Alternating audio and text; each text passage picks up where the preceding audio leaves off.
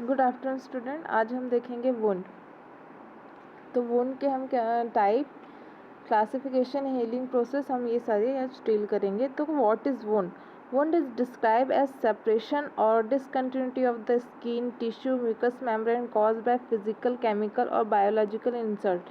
तो आप जैसे सब जानते हैं कि हमारी जो स्किन होती है वो कंटिन्यूएशन प्रोसेस में होती है।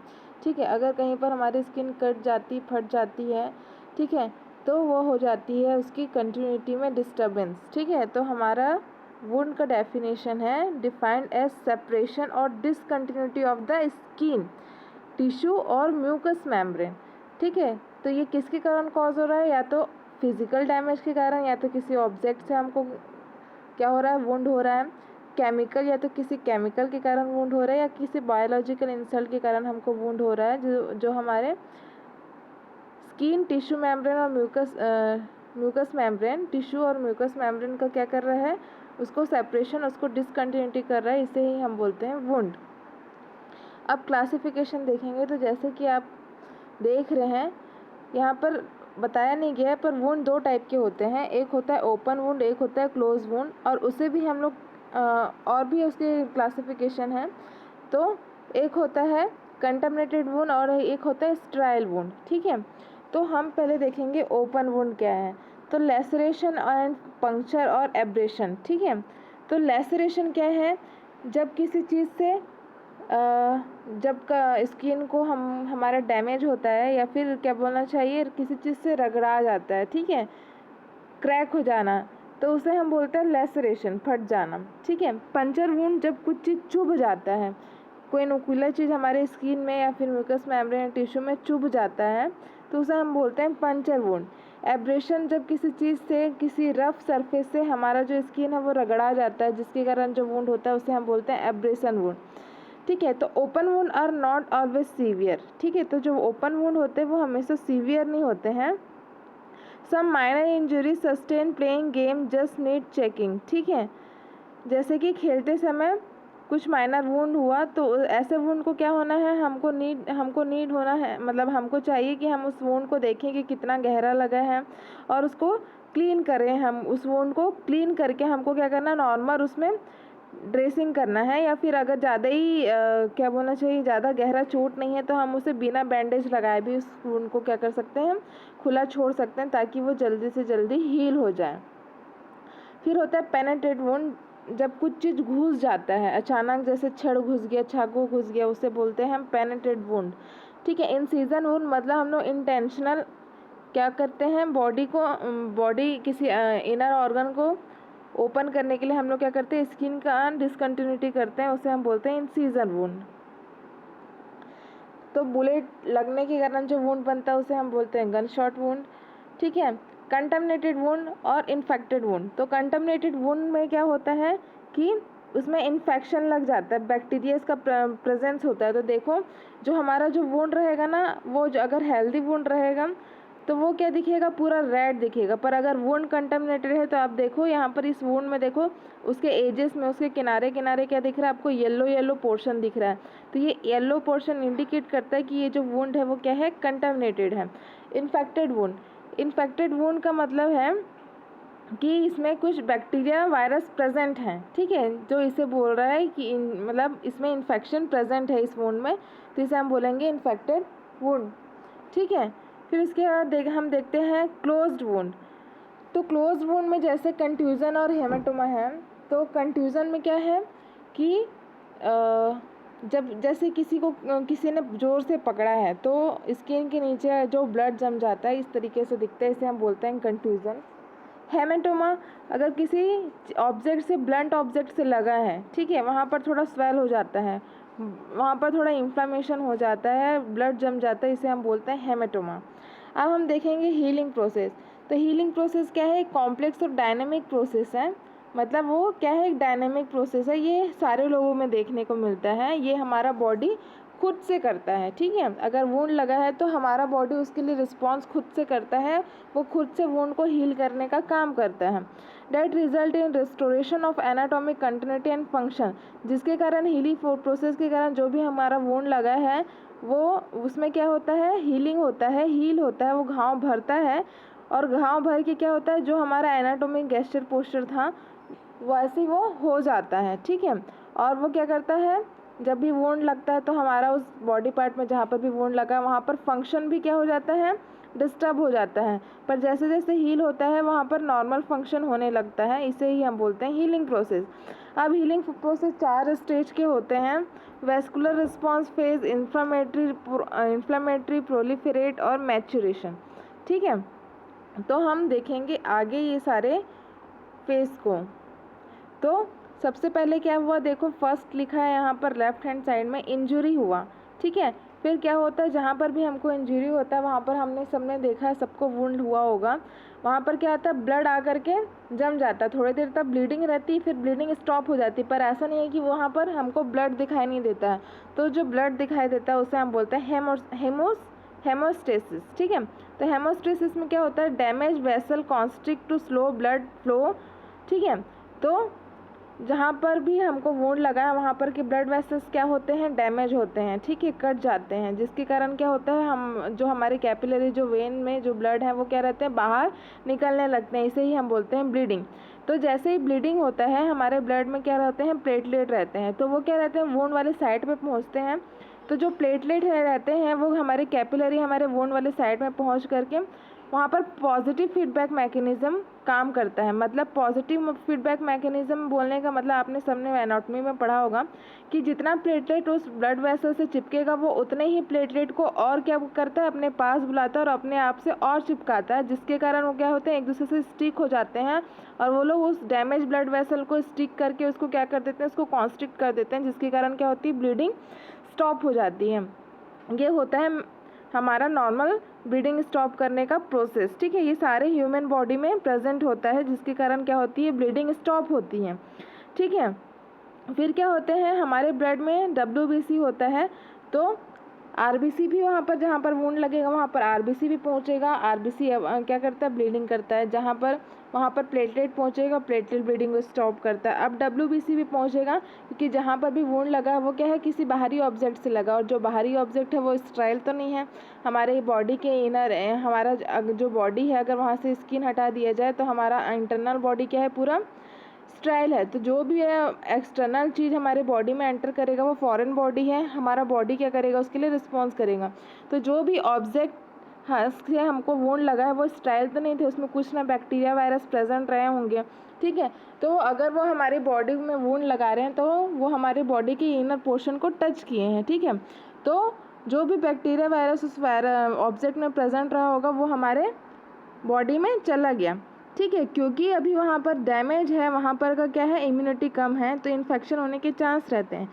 तो जो हेल्दी ह्यूमन बॉडी रहते हैं, ठीक है, उसमें क्या है, करेक्ट अमाउंट में क्या है, जो करेक्ट अमाउंट नहीं मतलब हमारा बॉडी इतना रिस्पॉन्स करने के लिए एबल है कि वो खुद से उस वुंड को हील कर सकता है। तो क्या हुआ, उसमें हमारे ब्लड में WBC में क्या WBC के टाइप होते हैं, उसमें होता है लीकोसाइट। तो लीकोसाइट क्या होता है, उस ब्लीडिंग वाले जगह पे पहुंचा, leukocyte migrate into the tissue to initiate inflammatory process, ठीक है।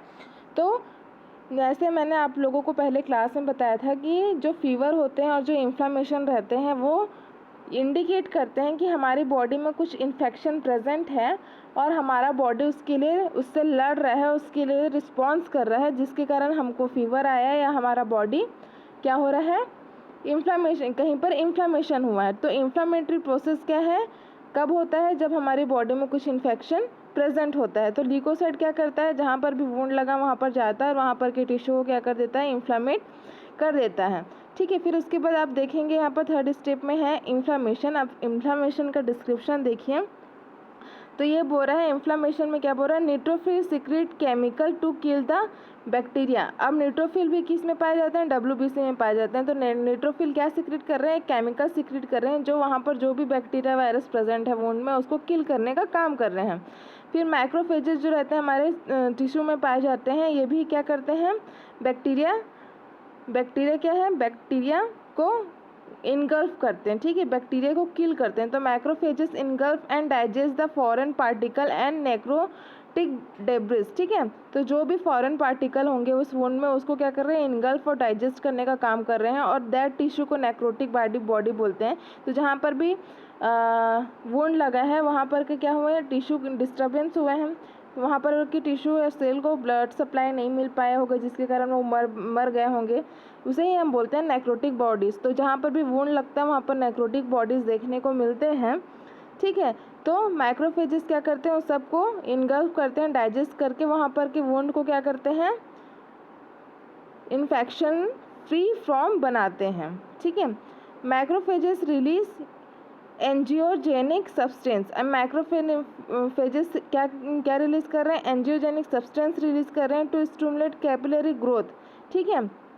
तो ये सब्सटेंस क्या कर रहे हैं, कैपिलरी ग्रोथ को स्टिमुलेट कर रहे हैं, एंड द ग्रैन्युलेशन प्रोसेस क्या कर रहे हैं, स्टार्ट कर रहे हैं, ठीक है। ग्रैन्युलेशन प्रोसेस क्या है, जिसमें हमारे नए सेल टिश्यू बनते हैं, ठीक है। अब है प्रोलिफरेशन फेज, ठीक है। प्रोलिफरेशन फेज में क्या होता है कि जो हमारा जो इंफॉर्मेशन प्रोसेस अब आगे बढ़ रहा है, अब क्या हो रहा है, प्रोलिफरेशन में हमारे नए स्किन आने, हमारा वुंड जो है भरना स्टार्ट हो रहा है, ठीक है। तो प्रोलिफरेशन फेज का डिस्क्रिप्शन देखेंगे। Fibroblast proliferate the wound and the secret glycoprotein and collagen, ठीक है। तो फाइब्रोब्लास्ट जो रहता है वो क्या कर रहा है, वुंड को भर रहा है, और वो क्या, फाइब्रोब्लास्ट क्या सीक्रेट कर रहा है, ग्लाइकोप्रोटीन और कोलेजन, ठीक है। और ग्लाइकोप्रोटीन क्या कर रहे हैं और कोलेजन क्या कर रहे हैं, हमारा वुंड को भर रहे हैं मतलब नया स्किन वो लोग बना रहे हैं। कौन, कोलेजन और ग्लाइकोप्रोटीन, किसकी हेल्प से, फाइब्रोब्लास्ट, मतलब फाइब्रोब्लास्ट वो सीक्रेट कर रहा है, ठीक है। फिर epidermal cell migrate from the wound edge, ठीक है। अब एपिडर्मल वुंड के किनारे में क्या, कौन सा सेल आया, एपिडर्मल सेल, ठीक है। और क्या कर रहा है, granulation tissue is form from the macrophages, fibroblast और न्यू कैपिलरीज, ठीक है। तो ग्रैनुलेशन टिश्यू बन रहा है किससे, बन रहा है किससे, फ्रॉम द मैक्रोफेजेस से, मैक्रोफेजेस से और फाइब्रोब्लास्ट से और न्यू कैपिलरीज से। अब रीमॉडलिंग, जहाँ पर भी डैमेज हुआ है अब वो क्या है, नॉर्मल रीस्टोर हो रहा है, उसे हम बोलते हैं रीमॉडलिंग, ठीक है। जैसे बना था वैसे ही वहाँ पर का स्किन बन जाता है, उसे हम बोलते हैं रीमॉडलिंग। इसका डिस्क्रिप्शन देखिए। Fibroblast secrete collagen to strengthen the wound, ठीक है। तो फाइब्रोब्लास्ट क्या कर रहा है, कोलेजन सीक्रेट कर रहा है जो वुंड को स्ट्रेंथ प्रोवाइड कर रहा है, ठीक है। मतलब प्रॉपर हीलिंग को वो क्या कर रहा है, आगे बढ़ा रहा है।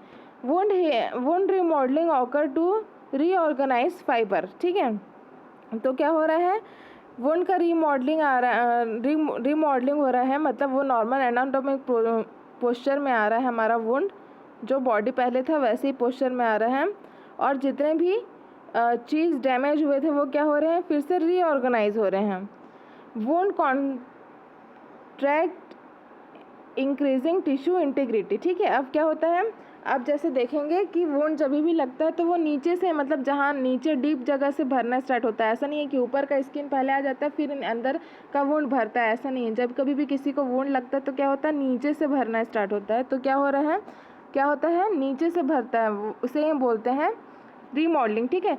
तो वुंड कॉन्ट्रैक्ट हो रहा है और इंक्रीज कर रहा है टिश्यू इंटीग्रिटी को। Epidermal cell grow over connective tissue to close the wound, ठीक है। तो एपिडर्मल सेल क्या हो रहा है, और grow over the connective tissue, ठीक है। कनेक्टिव टिश्यू के ऊपर एपिडर्मल सेल ग्रो कर रहा है और क्या कर रहा है, वुंड को क्लोज कर रहा है। तो ये था आपका normal phase of wound healing, ठीक है। तो यहाँ पर ए में देखो, जैसे इंजरी लगा तो वहाँ पर सारे WBC, प्लेटलेट, RBC सारी चीज़ पहुँचे। बी में देखो कि कोलेजन, मतलब कोलेजन बन रहा है जो वुंड को क्या कर रहा है, भरने का काम कर रहा है। अब देखो सी में देखो कि अर्ली इन्फ्लामेशन हो रहा है, ठीक है। तो अर्ली इन्फ्लामेशन में सारे इन्फ्लामेशन जो करने वाले जितने भी केमिकल्स थे वो क्या हुए, वहाँ पर पहुँचे हैं, ठीक है। फिर इसके बाद लेट इन्फ्लामेशन में क्या हो रहा है, यहाँ पर देखो कि जो क्या बोलना चाहिए, माइक्रोफेजेस हैं, ठीक है। ये क्या है, जो इस सेल में पाए जाते हैं, जो नॉर्मल बैक्टीरिया वायरस को इनगल्फ करके डाइजेस्ट करने का काम कर रहे हैं, ये क्या कर रहे हैं, वुंड को क्लीन कर रहे हैं, ठीक है। अब वुंड पूरा क्लीन हो गया है। क्लीन होने के बाद क्या हो रहा है, इस वुंड का प्रोलिफरेशन हो रहा है, मतलब अब नए स्किन आना स्टार्ट हो रहे हैं। नए स्किन कहाँ से आ रहे हैं, हमारे कोलेजन से और फाइब्रोब्लास्ट से, ठीक है। अब देखिए लास्ट फेज में रीमॉडलिंग, मतलब जैसा हमारा स्किन था वैसे ही हो गया, तो ये है नॉर्मल हीलिंग प्रोसेस। अब देखो, जैसे मैंने आपको शुरू में बताया कि जब कभी भी वुंड लगता है तो ओपन वो या तो वो स्ट्राइल होते हैं तो कंटमिनेटेड होता है। तो स्ट्राइल क्या होता है, जब कभी हम लोग इंटेंशनली किसी का वुंड बनाते हैं, जैसे हम सीजर कर रहे हैं, तो हमने जो इंस्ट्रूमेंट का यूज़ किया है वो सारे स्ट्राइल थे, ठीक है। तो वो हमने जो स्ट्राइल और इंस्ट्रूमेंट से वुंड बनाया है वो वुंड क्या है, स्ट्राइल है, ठीक है। तो वहाँ पर बैक्टीरिया वायरस प्रेजेंट नहीं होंगे, जिसके कारण उस वुंड का जो हीलिंग प्रोसेस है वो बहुत अच्छा होगा, वो वुंड बहुत जल्दी हील हो जाएगा। पर जो वुंड किसी ऑब्जेक्ट से लग रहा है वो क्या होगा, कंटामिनेटेड होगा, ठीक है। जो अनइंटेंशनली है वो क्या है, सारे कंटामिनेटेड वुंड है। तो ऐसे वुंड का हीलिंग प्रोसेस होता है लेट, ठीक है। तो जो हम अभी जो नॉर्मल हीलिंग प्रोसेस पढ़ रहे हैं, ये नॉर्मल स्टेराइल वुंड का पढ़ रहे हैं। तो फर्स्ट इंटेंशन, सेकेंड इंटेंशन और थर्ड इंटेंशन होता है हीलिंग प्रोसेस का। तो फर्स्ट इंटेंशन में क्या होता है, इन healing by first intention the sutured wound heal without infection और सेपरेशन एट द एज, ठीक है। तो जो फर्स्ट इंटेंशन का जो वुंड हीलिंग होगा वो क्या होगा, इन्फेक्शन से फ्री फ्रॉम ऑफ इन्फेक्शन होगा, ठीक है। और उसके जो एज रहेंगे वो जल्दी से प्रॉपर से हील हो जाएंगे, ठीक है। There are minimal granulation tissue present. अब ग्रैनुलेशन टिश्यू किसको बोलते हैं, तो वुंड भरने के बाद बहुत साल तक उसका क्या रहता है, स्कार प्रेजेंट रहता है हमारे स्किन में, इसे हम बोलते हैं ग्रैनुलेशन टिश्यू। तो जो अनइंटेंशनल वुंड लगा रहता है उसमें ज़्यादा ग्रैनुलेशन टिश्यू देखते हैं हम, पर जो इंटेंशनली बनाए रहते हैं, सर्जरी का आपने देखा होगा कि उसका जो ग्रैनुलेशन टिश्यू रहता है वो बहुत जल्दी चला जाता है, ठीक है। तो देयर आर मिनिमल ग्रैनुलेशन, क्योंकि हम स्टेराइल वुंड के बारे में पढ़ रहे हैं तो वो क्या है, उसमें मिनिमल ग्रैनुलेशन टिश्यू प्रेजेंट होंगे। दस अ स्मॉल स्कार इंश्योर, ठीक है। स्कार जो दाग धब्बा लग जाता है उसे हम बोलते हैं स्कार, जिसके कारण क्या है, ग्रैनुलेशन टिश्यू कम प्रेजेंट होंगे, जिसके कारण जो स्कार जो रहेगा वो क्या होगा, स्मॉल होगा, ठीक है। The clean surgical wound are healed by this process, ठीक है। क्लीन सर्जिकल वुंड हमने बनाया था वो इस प्रोसेस के द्वारा हील होता है। When wound heal by first intentional healing, granulation tissue is not visible and scar formation is minimal. फिर हीलिंग बाय सेकेंड इंटेंशन में क्या होता है, healing by granulation in this type of edge of wound are not approximate, ठीक है। तो इस second intention में क्या हो रहा है, हमने जो भी सर्जिकल वुंड बनाया था उसमें क्या रहा है, उसका एज जो रहता है, हम किसी इंस्ट्रूमेंट से किसी बॉडी पार्ट को काटते हैं तो वो उसके जो एज रहते हैं वो बराबर रहते हैं, ठीक है। तो बराबर एज रहेंगे तो वो जल्दी से एक दूसरे से जुड़ जाएंगे। पर जो हमको वुंड बाहर से लगता है उसके एज बराबर रहते हैं कि आड़ा तिरछा कैसे भी लग जाता है, ठीक है। तो वो वुंड जो रहता है वो अप्रॉक्सीमेट नहीं रहता है। तो as a result large amount of granulation tissue is form to fill up the gap in the wound, ठीक है। तो जिसके कारण इसमें लार्ज अमाउंट में ग्रैनुलेशन टिश्यू फॉर्म होंगे जो इस घाव को भरेंगे, ठीक है। The resulting scar tend to be large, जिसके कारण जो स्कार बनेगा वो लार्ज मतलब ज़्यादा बड़ा स्कार दिखेगा। Contaminated and infected wound are healed by this method, ठीक है। तो कंटामिनेटेड और इन्फेक्टेड वुंड इस मेथड के द्वारा हील होते हैं। Any wound in which there is extensive tissue loss, wound healing take longer period, ठीक है। तो इस टाइप के वुंड में क्या रहता है, ज़्यादा टिश्यू लॉस होते हैं, जिसके कारण इस टाइप के वुंड को भरने में ज़्यादा टाइम लगता है। Healing by third intention, in this there is a combination of healing by primary और सेकेंडरी इंटेंशन, ठीक है। Either wound is initially left open, later approximate और इनिशियली सूचर, लेदर बेग open and the heel occur by the filling in granulation tissue is used in deep wound। तो इसमें जो हम लोग फर्स्ट इंटेंशन और सेकेंड इंटेंशन पढ़ा है इसमें दोनों आएंगे। इसमें क्या होगा, वुंड फर्स्ट शुरू में तो क्या था, फर्स्ट इंटेंशन में शुरू में तो वो क्या था, सर्जिकल वुंड था, वो फ्री फ्रॉम ऑफ इन्फेक्शन था, ठीक है। पर किसी रीज़न से उसका सही तरीके से प्रॉपरली ड्रेसिंग नहीं हो पाया, जिसके कारण वो भी इन्फेक्टेड हो गया। और सेकंड में जो हमने सेकंड इंटेंशन में जो पढ़ा था वो तो पहले से इन्फेक्टेड ही है, ठीक है। उसका भी प्रॉपर केयर नहीं हो पाया, जिसके कारण वो और इन्फेक्टेड हो गया, जिसके कारण, ठीक है, क्या बोल रहा है, either the wound is initially left open, या तो हमने उस वुंड को प्रॉपर केयर नहीं किया, उसको ऐसे ही ओपन कर दिया, और लेदर अप्रॉक्सीमेट और इनिशियली सूचर, और जो फर्स्ट इंटेंशन वाले जो वुंड थे वो अप्रॉक्सीमेट तो थे और सूचर भी थे, पर क्या हुए वो बाद में ब्रेक हो गए, ओपन हो गए। The healing occur by filling a granulation tissue, तो जिसके कारण क्या हो गया, वो इन्फेक्टेड हो गया। अब फिर से उसमें क्या होगा, इन्फेक्शन होने के कारण फिर से हम उनको ड्रेसिंग करेंगे, जिसके कारण उसमें जो हीलिंग प्रोसेस है वो फिर से स्टार्ट होगा। ठीक है, तो इसमें जो वुंड बनेगा वो डीप होगा, ग्रैनुलेशन टिश्यू बनेगा वो ज़्यादा होगा, तो इसे ही हम बोलते हैं हीलिंग बाय थर्ड इंटेंशन। तो कौन कौन से फैक्टर हैं जो हमारे हीलिंग प्रोसेस को अफेक्ट करते हैं? तो आपने जैसे देखा होगा, यंग एज में जो वुंड लगता है वो जल्दी हील हो जाता है, पर ओल्ड एज में नहीं हो पाता, क्योंकि ओल्ड एज में हमारी इम्यूनिटी कम हो जाती है। साथ ही साथ हम ये देखेंगे कि हमारे टिश्यू इंटीग्रिटी होने लगती है। ठीक है, टिश्यू का डिजनरेशन होने लगता है, जिसके कारण वुंड जो रहता है वो जल्दी से हील नहीं हो पाता है ओल्ड लोगों में। Adequate blood supply in the area और inadequate blood supply to the area. ठीक है, तो यंग एज में क्या होते हैं, जो normal blood capillaries veins artery रहते हैं वो अच्छे अमाउंट में रहते हैं, पर ओल्ड एज में जैसे मैंने आपको बताया सारे टिश्यू और सेल डिजनरेट होने लगते हैं। ठीक है, तो इनएडिक्वेट ब्लड सप्लाई होगा उस वुंड को। ठीक है, जिसके कारण क्या होगा, वुंड जल्दी से भर नहीं पाएगा। गुड जनरल हेल्थ और स्टेमिना, पुअर हेल्थ होता है ओल्ड एज में। ठीक है, adequate nutrition intake specially protein and vitamin C. ठीक है, तो एडल्ट एज में हम क्या करते हैं, अच्छे अमाउंट में खाना पीना खाते हैं, पर ओल्ड एज वाले लोग उतना खाने पीने में ध्यान नहीं देते हैं, जिसके कारण उनका वुंड जल्दी हील नहीं हो पाता है। मिनिमल टिश्यू डिस्ट्रक्शन होता है, presence of foreign body and traumatic tissue. ठीक है, अब ओल्ड एज वाले लोग अपना जो घाव है उसका केयर अच्छे से कर नहीं पाते हैं, जिसके कारण उनका वुंड इन्फेक्टेड हो जाता है और जल्दी से भर नहीं पाता है। पर एडल्ट वाले लोग क्या करते हैं, अपना घाव का अपना जो भी वुंड है उसका अच्छे से देखभाल कर लेते हैं। फिर presence of tissue that is capable of regeneration. अब एडल्ट एज में क्या रहता है, ऐसा टिश्यू और ऐसा क्या बोलना चाहिए, हमारे ब्लड में ऐसे WBCs प्रेजेंट होते हैं जो उनको उस वुंड को रीजनरेट करने का, मतलब वहाँ पर के टिश्यू को रीजनरेट करने का काम करते हैं, पर ओल्ड एज में वो सारे कम अमाउंट में हो जाते हैं। ठीक है, क्योंकि यहाँ पर टिश्यू और सेल का डिजनरेट हो रहा है। ठीक है, जिसके कारण इनका अमाउंट कम होने के कारण वहाँ पर हीलिंग प्रोसेस उतना अच्छा नहीं दिखाई देता है। अब्सेंस ऑफ इन्फेक्शन होते हैं, प्रेजेंस ऑफ इन्फेक्शन होते हैं ओल्ड एज में। Use of anti infective agent, और पर ओल्ड एज वाले लोग को मोस्टली क्या देखा गया है, उनको डायबिटिक मेलाइटस होता है, और डायबिटिक मेलाइटस वाले पेशेंट लोग का वुंड बहुत जल्दी हील नहीं होता है। ठीक है, और क्या हो रहा है, फैक्टर फेवरेबल एडल्ट एज में देखो, immobilisation and rest to the injured part, excess use of corticosteroid, excess movement to the injured part. अब कौन कौन से फैक्टर है favourable factor affecting wound healing? तो nutrition, age, blood supply, hormone और drugs. तो student, your today class is over.